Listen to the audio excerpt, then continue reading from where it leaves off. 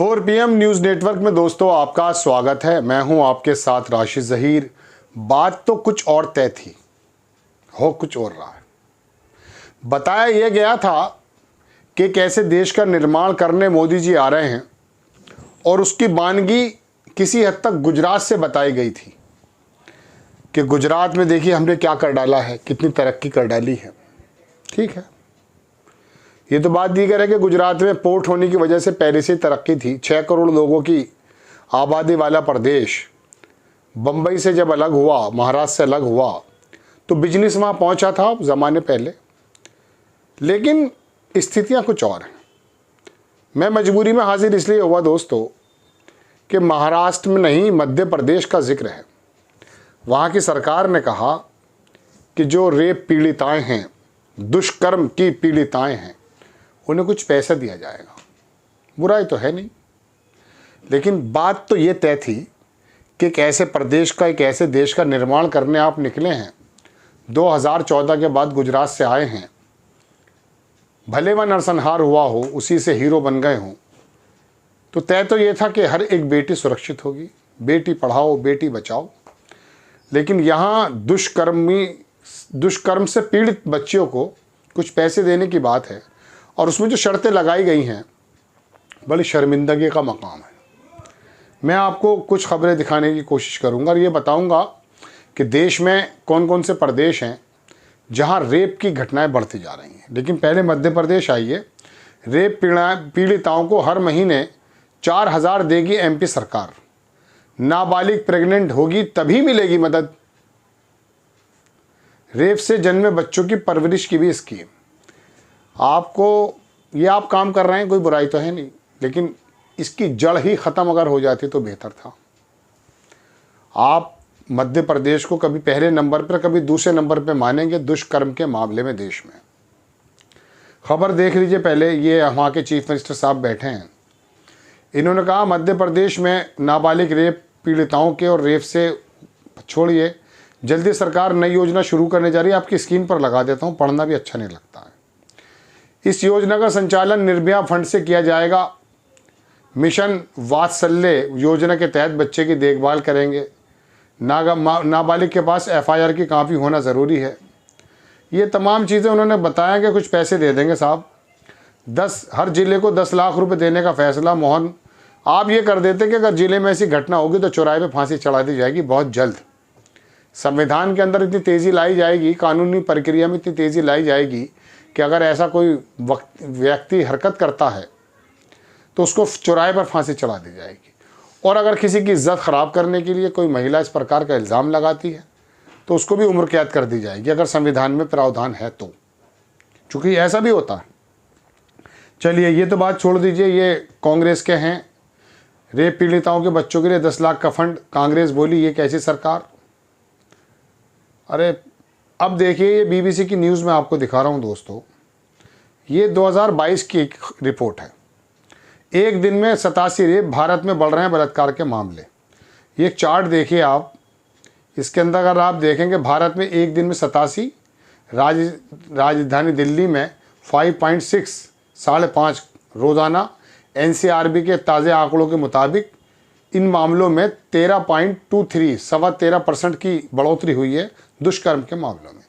राजस्थान में 6,342 और मध्य प्रदेश 2,947। उत्तर प्रदेश भी पीछे नहीं है, 2,845 वहाँ पर भी है। दिल्ली में 1,262। ये नीचे देख लीजिए, भारत में बलात्कार के मामलों के साल 2021 में बढ़े। ये तो मैंने आपको बताई है 2021 की 22 की रिपोर्ट। मैं आपको 2024 की रिपोर्ट दिखाना चाहता हूँ दोस्तों। ये देख लीजिए, ये न्यूज़ 24 ने छापा है कि NCRB के ताज़ा आंकड़ों से पता चलता है कि रेप केसेस में 5 रेप पीड़िताओं में से इनमें से 4 तो इन 10 राज्यों की हैं। राजस्थान, उत्तर प्रदेश, मध्य प्रदेश। राजस्थान में भारतीय जनता पार्टी की सरकार, उत्तर प्रदेश में वहीं की सरकार और मध्य प्रदेश में तो वहीं चल रहे हैं 20 साल से। महाराष्ट्र में भी वही है लगभग। तो ये तमाम जो घटनाएं हैं ये 3 अक्टूबर 2, ये खबर मैं आपको ताज़ी दिखा रहा हूँ। अब आप देखें दोस्तों, ये है वो ताज़ी खबर जो मैंने आपको बताया। राजस्थान के अंदर 5,399 2022 में। उत्तर प्रदेश में 3600, वो मैं आपको दिखा चुका हूँ।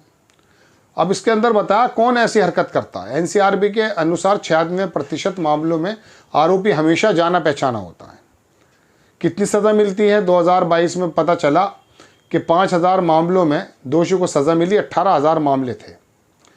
ये चीज़ें देर से आती हैं दोस्तों। बात यह है कि 4000 2000 की खैरात मत दीजिए, ऐसे हालात क्रिएट नहीं होने चाहिए। क्योंकि अगर किसी महिला के साथ, किसी परिवार के सदस्य के साथ कोई ऐसी दुष्कर्म हो जाता है, ईमानदारी से बताइए 4000 रुपये महीना क्या उसके ज़ख्मों का मरहम है?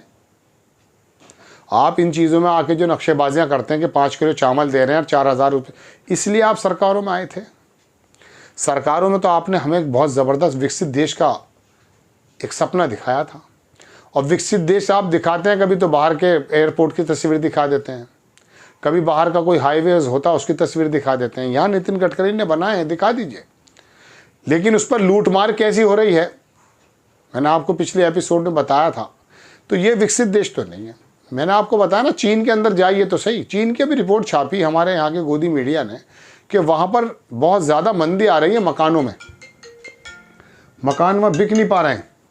96% जहाँ मकान अपने हो गए हों वहाँ बिकेंगे क्यों? इसीलिए वहाँ पे डाउनफॉल आ रहा है मकान की जो बिक्री में। आपने कहा था 2022 में थी। तो बहरहाल दोस्तों बात यह है, ये जो ऐसा एक सेंसिटिव मुद्दा दुष्कर्म का है, इसके अंदर आप पैसे देने की पहल करने शुरू कर रहे हैं। अरे ऐसे इंतजामात कीजिए कि ऐसे लोग, ऐसे घटनाएं ना हों। ये घटनाएं पहले के मुकाबले घट जाएं, वो तो बढ़ रही हैं। 18 के मुकाबले 20 में बढ़ रही हैं, 20 के मुकाबले 22 में बढ़ रही हैं, 24 के आंकड़े उसमें अलग डरा रहे हैं। फिर आप कह रहे हैं हम तो 4000 रुपये दे रहे हैं। बड़े भाई कमाल कर दिया आपने। तो दोस्तों बात यह है कि मैंने कहा ना, बात तो कुछ और तय थी, हो कुछ और रहा है। 4000 रुपये मत दीजिए, वो भी हमें मालूम है कैसे मिलेंगे। अब देखिए, राशन के अंदर तो ज़मीर इतना गिर चुका है कि कुछ भी लोग जो बेचारे कमज़ोर हालत के हैं वो अपने मुंह पे रुमाल लगा के राशन की लाइन में तो लग जाते हैं। लेकिन ये 4000 रुपये लेने की लाइन में कौन लगेगा साहब? और उसके अंदर फिर आपका बाबू बैठा मिलेगा, वो कह रहा ये वाली होगी कंडीशन तो ऐसा होगा, नहीं होगी तो ऐसा होगा। मतलब इसमें भी कंडीशंस डाल दी हैं। बड़े अच्छे काम कर रहे हैं और इन कामों को आप में से एक वर्ग अप्रिशिएट भी करता है।